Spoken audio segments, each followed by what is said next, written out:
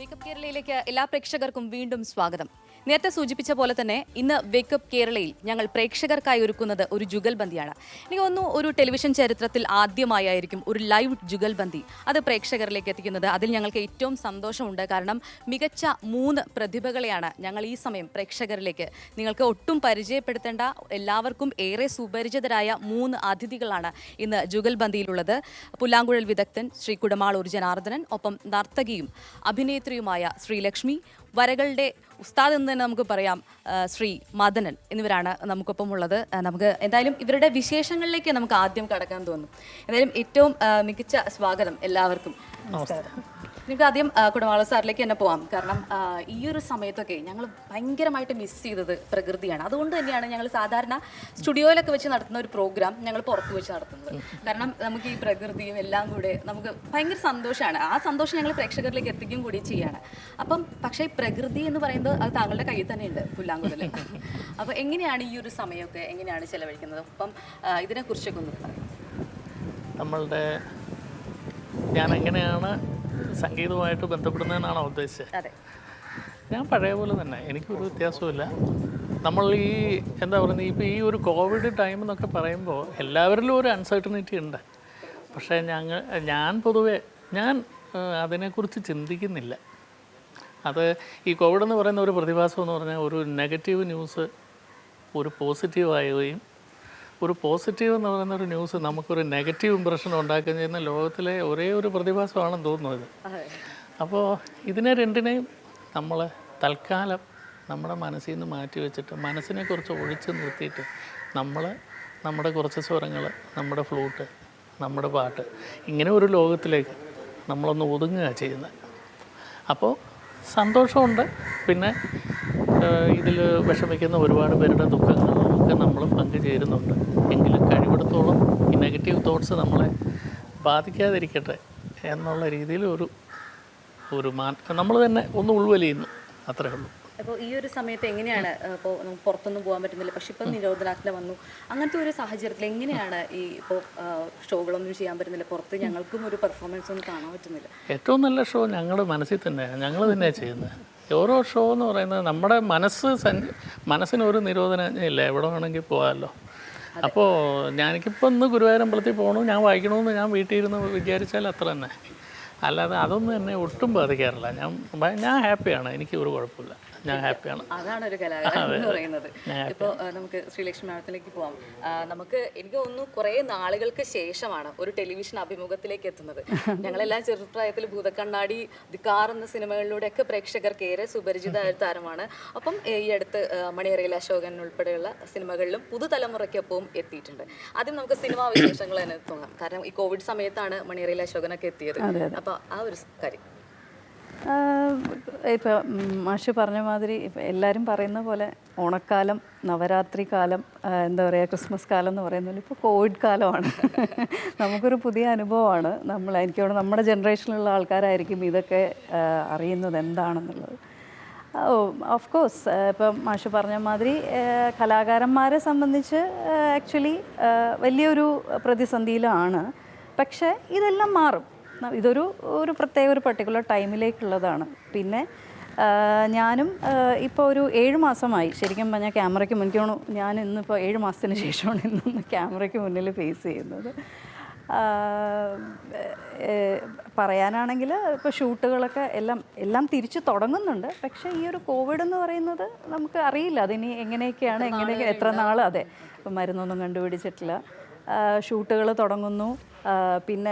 പിന്നെ വേറൊരു രീതിയിൽ ഞാനൊരു നർത്തകിയും കൂടിയാണ്. അതാണ് എനിക്ക് ഏറ്റവും കൂടുതൽ, ഇപ്പോൾ അഭിനയത്തിനേക്കാളും കൂടുതൽ എനിക്ക് ഡാൻസ് അതെന്നാൽ ഞാൻ ടീച്ച് ചെയ്യുന്നുണ്ട്. ഒരു 7 മാസമായി ഞങ്ങളുടെ ക്ലാസ്സുകൾ.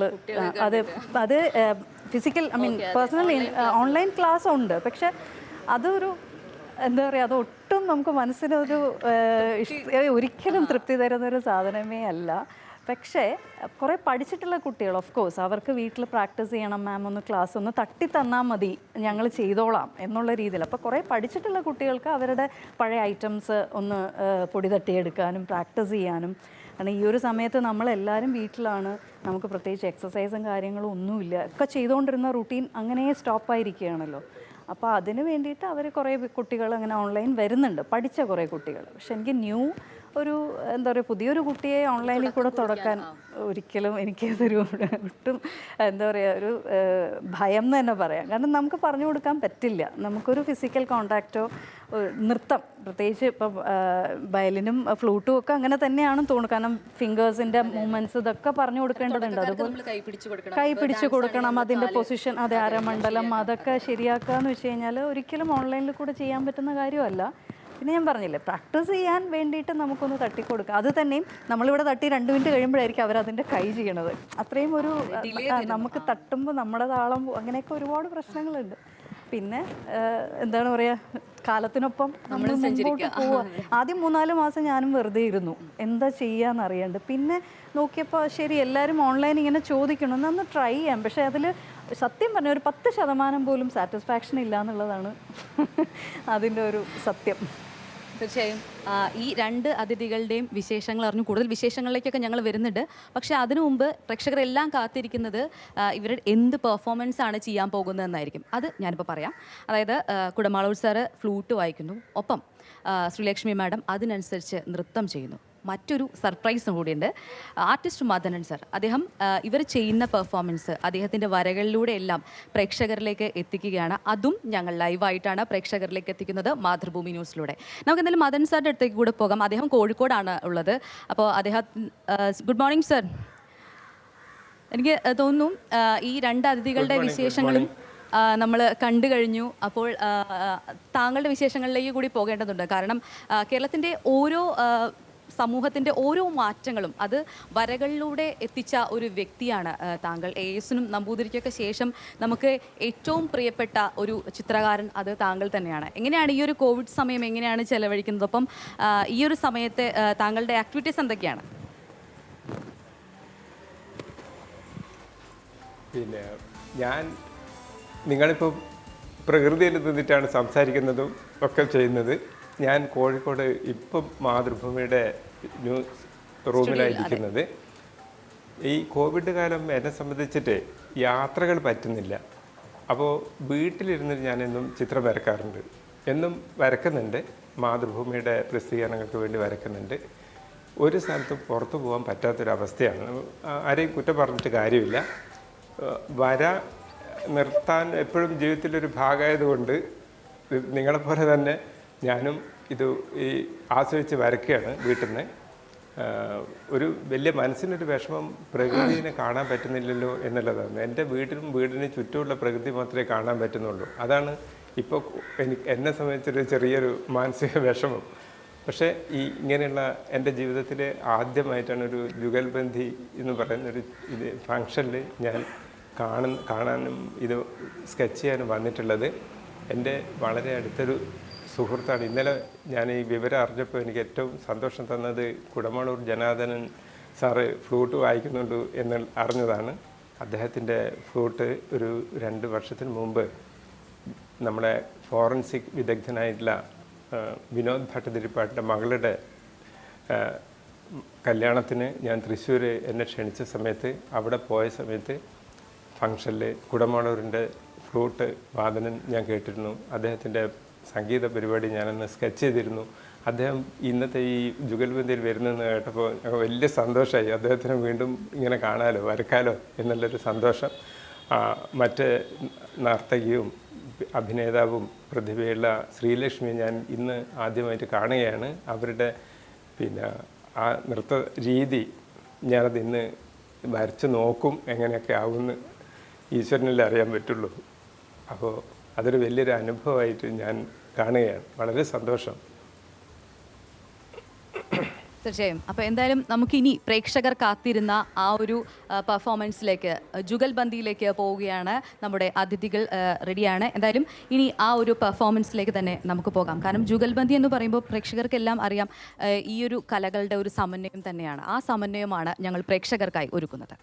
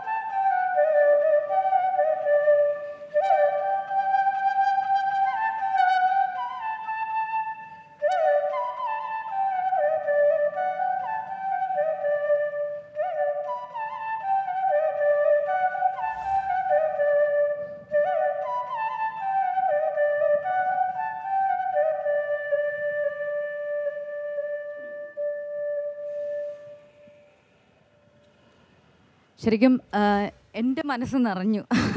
എനിക്ക് ഉറപ്പായിരുന്നു. ഞാൻ തോന്നുന്നു പ്രേക്ഷകർക്ക് നമ്മൾ ആദ്യം ഇങ്ങനെ പറഞ്ഞപ്പോൾ ഞങ്ങളൊരു ജുഗൽബന്ദി ഒരുക്കുന്നു എന്ന് പറഞ്ഞപ്പോൾ ഇത്രയും പ്രതീക്ഷിച്ച് കാണില്ല. ഉറപ്പായിട്ടും നിങ്ങൾ ആരും ഇത്രയും പ്രതീക്ഷിച്ച് കാണില്ല. അത്രയും നല്ല പെർഫോമൻസ് ആണ്. എനിക്ക് തോന്നുന്നു കൃഷ്ണൻ ഇവിടെ ഉണ്ട്. ഈ ഒരു പെർഫോമൻസ് കൃഷ്ണൻ ഇവിടെ ഉണ്ട്. ആ പുല്ലാങ്കുഴലും ഒപ്പം ഈ നൃത്തവും എല്ലാം കൂടി ആയപ്പം മദൻ സാർ അവിടെ ഇതെല്ലാം വരച്ചുകൊണ്ടിരിക്കുന്നുണ്ട്. സീരിയസ്ലി ഞങ്ങൾക്കെല്ലാം ഭയങ്കര ആയിട്ടത് ഫീൽ ചെയ്തു. അത് അപ്പോൾ എന്തായാലും ഈ ഒരു ജുഗൽബന്ദിയെ ഈ ഒരു പെർഫോമൻസിനെ കുറിച്ചൊന്ന് നമുക്ക് പ്രേക്ഷകരായിട്ടൊന്ന് പങ്കുവയ്ക്കാം. എങ്ങനെയുണ്ടായിരുന്നു നിങ്ങളുടെ ഒരു എക്സ്പീരിയൻസ്? കാരണം ഒരു ലൈവ് പെർഫോമൻസ് അല്ലേ നിങ്ങൾ ചെയ്തത്? അത് ലൈവിനൊരു പ്രത്യേക എഫക്റ്റാണ്. അത് നമ്മൾ ഈ കാസറ്റും സി ഡി ഒക്കെ വെച്ച് ചെയ്യുമ്പോഴാണ് അതിന് ശരിക്കും അറിയണം. ഞാൻ മിക്കവാറും ഒരുവിധം അഫോർഡ് ചെയ്യാൻ പറ്റുന്ന പ്രോഗ്രാംസ് ആണെങ്കിൽ ലൈവ് തന്നെ ചെയ്യാറുള്ളൂ. കാരണം ഒരു പാട്ടും മൃദംഗവും മാത്രമാണെങ്കിൽ പോലും ലൈവ് ചെയ്യുന്നതിൻ്റെ ഒരു പ്രത്യേക എഫക്റ്റാണ്. ഇത് ഞങ്ങൾ രണ്ടുപേരും ആദ്യമായിട്ടാണ് സത്യത്തിൽ തമ്മിൽ കണ്ട് സംസാരിക്കുന്നത്. അതിനകത്ത് ഞാൻ അപ്രീഷിയേറ്റ് ചെയ്യുന്ന ഒരു ശ്രീലക്ഷ്മി ഭയങ്കരമായിട്ട് റിസീവ് ചെയ്തു. അത് ഞാൻ ചെയ്യുന്നത് എന്താണെന്ന് പറഞ്ഞാൽ അപ്പോൾ എനിക്കും നല്ല കമ്മ്യൂണിക്കേഷൻ ആയിരുന്നു. എന്ന് പറഞ്ഞാൽ അതാണല്ലോ മനസ്സിൻ്റെ ഒരു കമ്മ്യൂണിക്കേഷൻ അല്ലേ ഈ ആർട്ട് എന്ന് പറയുന്നത്. അത് ഞാൻ മാഷിൻ്റെ ഒരുപാട് ആൽബംസ് ഗാനങ്ങൾ അങ്ങനെ ഒരുപാട് കേട്ടിട്ടുണ്ട്. പക്ഷേ ഈ നേരിട്ട് കാണാൻ ഇപ്പം നമ്മൾ കലാകാരന്മാരാണല്ലോ, അപ്പോൾ പലരും തമ്മിൽ അങ്ങോട്ടും ഇങ്ങോട്ടും ഒക്കെ പറഞ്ഞിട്ടറിയാം മാഷിനെ പറ്റി എനിക്ക്. പക്ഷേ കോമൺ ഫ്രണ്ട്സും ഒക്കെ. പക്ഷേ എനിക്ക് തോന്നുന്നു കാണുന്നതും ആദ്യമായിട്ട് എനിക്ക് വലിയൊരു എന്താ പറയുക ഒരു അനുഗ്രഹം മാഷിൻ്റെ ഇതിൽ ഇത്രയെങ്കിലും ചെയ്യാൻ പറ്റും. പ്രോഗ്രാം തന്നെ ആദ്യമായിട്ടാണ് ഞാൻ ചെയ്യുന്നത് തോന്നുന്നു. അപ്പം ഇങ്ങനെ അതും ഇത്ര അൺഎക്സ്പെക്റ്റഡ് ആയിട്ട് ഇങ്ങനെ വരുമ്പോഴത്തേക്കും അതും പിന്നെ ഇങ്ങനെ മാഷ് ഇങ്ങനെ പറഞ്ഞപ്പോഴത്തെ വേറൊരു കാര്യം എന്ന് വെച്ചാൽ നമുക്കിപ്പോൾ ഒരുപാട് കീർത്തനങ്ങളും പാട്ടുകളും വർണ്ണങ്ങളും ഒക്കെ ഉണ്ട്. പക്ഷേ ആൾക്കാർക്ക് പെട്ടെന്ന് കേൾക്കുമ്പോൾ ഇപ്പോൾ ഫ്ലൂട്ടായത് കാരണം ഇപ്പം വായ്പാട്ടാണെങ്കിൽ കുഴപ്പമില്ല, ലൈൻസ് കേൾക്കുമ്പോൾ മനസ്സിലാവും. ഫ്ലൂട്ടായതാണ് ആൾക്കാർക്ക് വേഗം കേൾക്കുന്ന ഒരു പാട്ട്. അപ്പം നമ്മുടെ ഗുരുവായൂരപ്പൻ്റെ ഇത് കേൾക്കാത്തതായിട്ട് ആരും ഉണ്ടാവില്ല. അപ്പം അങ്ങനെ അപ്പം മാഷ് ഇങ്ങനെ ഒരു സജഷൻ പറഞ്ഞു. അതാകുമ്പോൾ എല്ലാവർക്കും പിന്നെന്താ ഗുരുവായൂരപ്പനല്ലേ എന്നെ ചെയ്യാൻ ഇഷ്ടം പോലെ ഉണ്ടല്ലോ, അങ്ങനെ ചെയ്തത്. തീർച്ചയായിട്ടും ഒരു എക്സ്പീരിയൻസ് എന്താ ചോദിക്കാം സാർ, എങ്ങനെയുണ്ടായിരുന്നു നമ്മളുടെ ഈ ഒരു ലൈവ് എക്സ്പീരിയൻസ്? എങ്ങനെയുണ്ടായിരുന്നു? നമുക്ക് അതിലേക്ക് മടങ്ങിയെത്താം.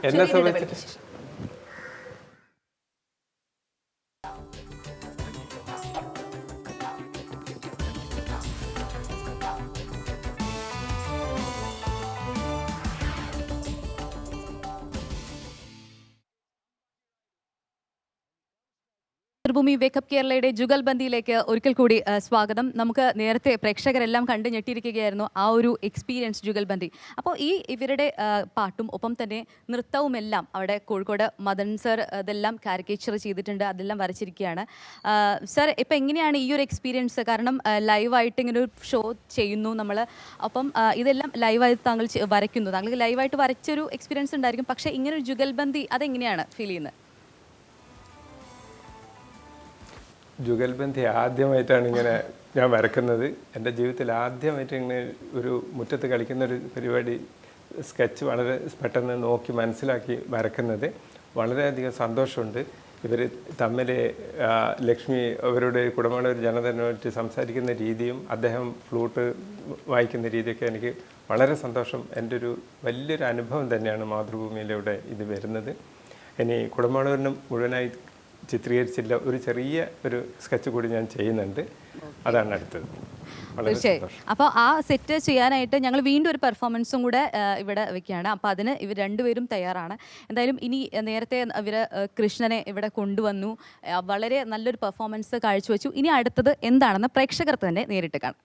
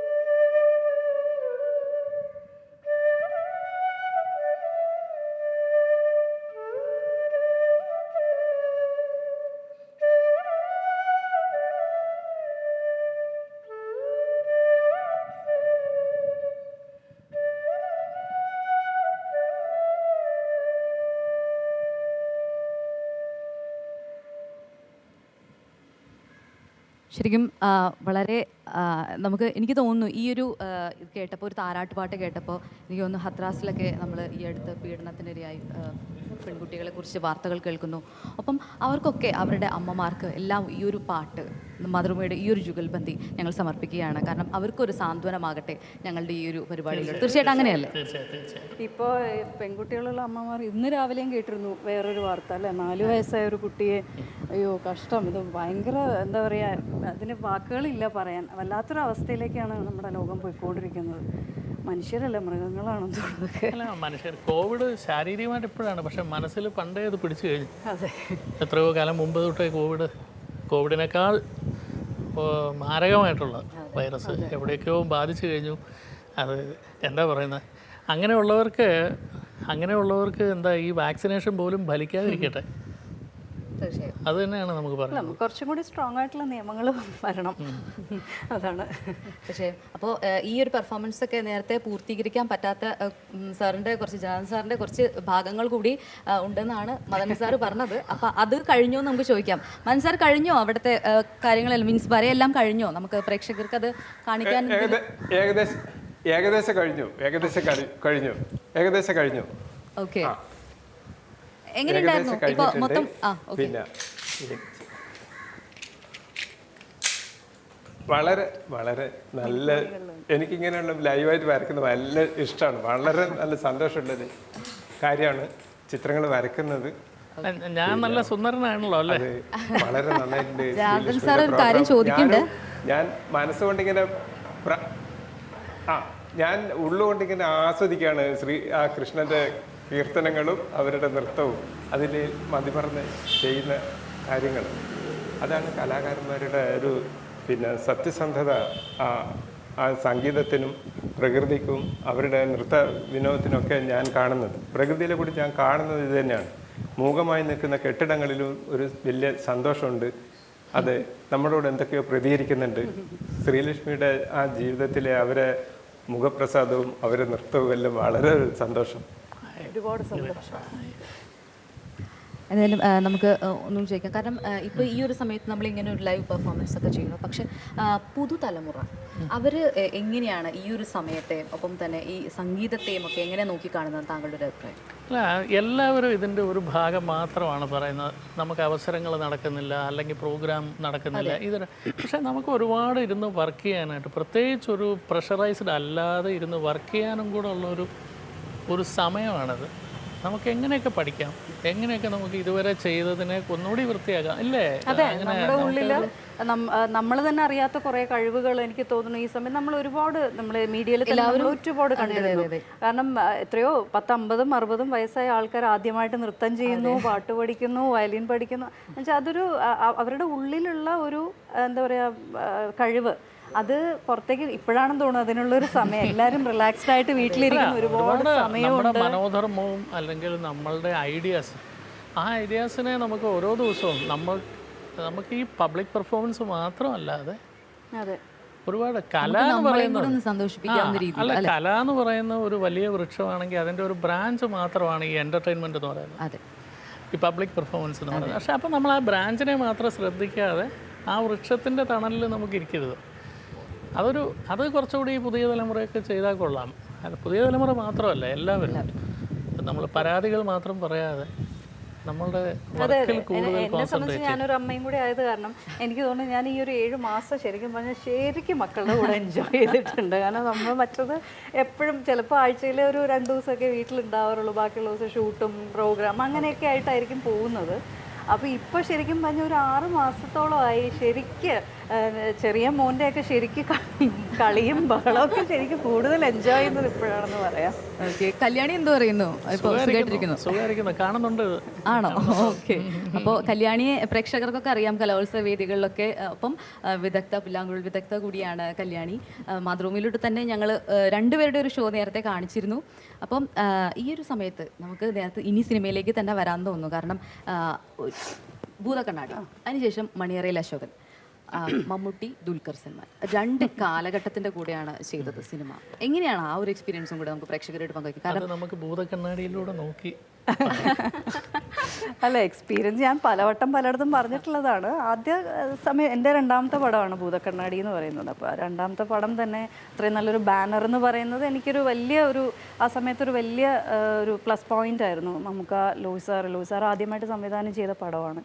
പിന്നെ എൻ്റെ ക്യാരക്ടർ ആ ഒരു പ്രായത്തിൽ അത്രയും നല്ലൊരു ഹെവി സാധനം ചെയ്യാൻ അതെങ്ങനെ കഴിഞ്ഞു എന്ന് ഇപ്പം ഞാൻ ആലോചിക്കുമ്പോൾ എനിക്ക് തോന്നും, അതെ എനിക്ക് തോന്നും കുറച്ചും കൂടി നമുക്ക് പെർഫോം, കാരണം ഇപ്പം ഞാനൊരു അമ്മയാണല്ലോ, അപ്പോൾ എനിക്കതിൽ കുറച്ചും കൂടി കൂടുതൽ കോൺട്രിബ്യൂട്ട് ചെയ്യാൻ പറ്റിയേനെ എന്ന് എനിക്ക് തോന്നാറുണ്ടായിരുന്നു. പക്ഷേ ഓഫ് കോഴ്സ് അന്നത്തെ അത് എനിക്ക് ഒരുപാട് എനിക്ക് അപ്രിസിയേഷൻ കിട്ടിയ ഒരു ക്യാരക്ടറാണ്. പിന്നെ അത് കഴിഞ്ഞ് കുറേ പടങ്ങൾ ചെയ്തു, കല്യാണം കഴിഞ്ഞു പോയി, ഫാമിലി ലൈഫ് അതൊക്കെ കഴിഞ്ഞു, മക്കളൊക്കെ ഒരു ലെവലെത്തിയപ്പോഴാണ് പിന്നെ ഞാനൊന്ന് അഭിനയം എന്ന് പറയുന്നത് നമ്മുടെ ഉള്ളിലുള്ള ഒരു പാഷനാണല്ലോ. പക്ഷെ തിരിച്ച് വരുമ്പോൾ ഇപ്പോഴത്തെ ജനറേഷൻ എന്ന് പറയുന്ന പണ്ടത്തെ മാതിരി അല്ല, ഒരു ഭയങ്കര ഫ്രണ്ട്ലിയാണ് കുറേ കൂടി. പിള്ളേരല്ലേ എല്ലാം. പിന്നെ വേറൊരു കാര്യം എന്ന് വെച്ചാൽ ഞാൻ തിരിച്ചു വന്നപ്പോൾ ഞാൻ അവർക്കൊക്കെ സീനിയർ ആയല്ലോ, അപ്പോൾ ചേച്ചി എന്നുള്ളൊരു റെസ്പെക്റ്റും അത് നന്നായിട്ട് ഞാൻ എൻജോയ് എനിക്ക് നമ്മുടെ ഇപ്പോൾ ഷോയിലുള്ള 3 കലാകാരന്മാരും ആ ഒരു റെസ്പെക്റ്റ് സമൂഹത്തിൽ നിന്ന് ലഭിക്കുന്ന 3 പേര് തന്നെയാണ്. നമുക്ക് മദൻ സാറിനോട് കൂടെ ചോദിക്കാം.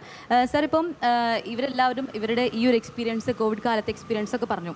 അപ്പോൾ നമുക്ക് ഇന്ത്യയുടെ എല്ലാ ഭാഗങ്ങളിലും സഞ്ചരിച്ച് ഇന്ത്യയെ സ്കെച്ച് ചെയ്ത ഒരാളാണ് താങ്കൾ. അപ്പോൾ ഈ ഒരു സമയത്ത് അത് എങ്ങനെയാണ്, ഇപ്പോൾ വീട്ടിലിരുന്നാണ് ഇപ്പോൾ ഇനി ബാക്കി വരകളെല്ലാം ചെയ്യുന്നത്, പുതുതലമുറ ഒരു പക്ഷേ ഇന്ത്യയെ അടയാളപ്പെടുത്തുക മദനൻ്റെ വരകളിലൂടെ തന്നെയായിരിക്കില്ലേ?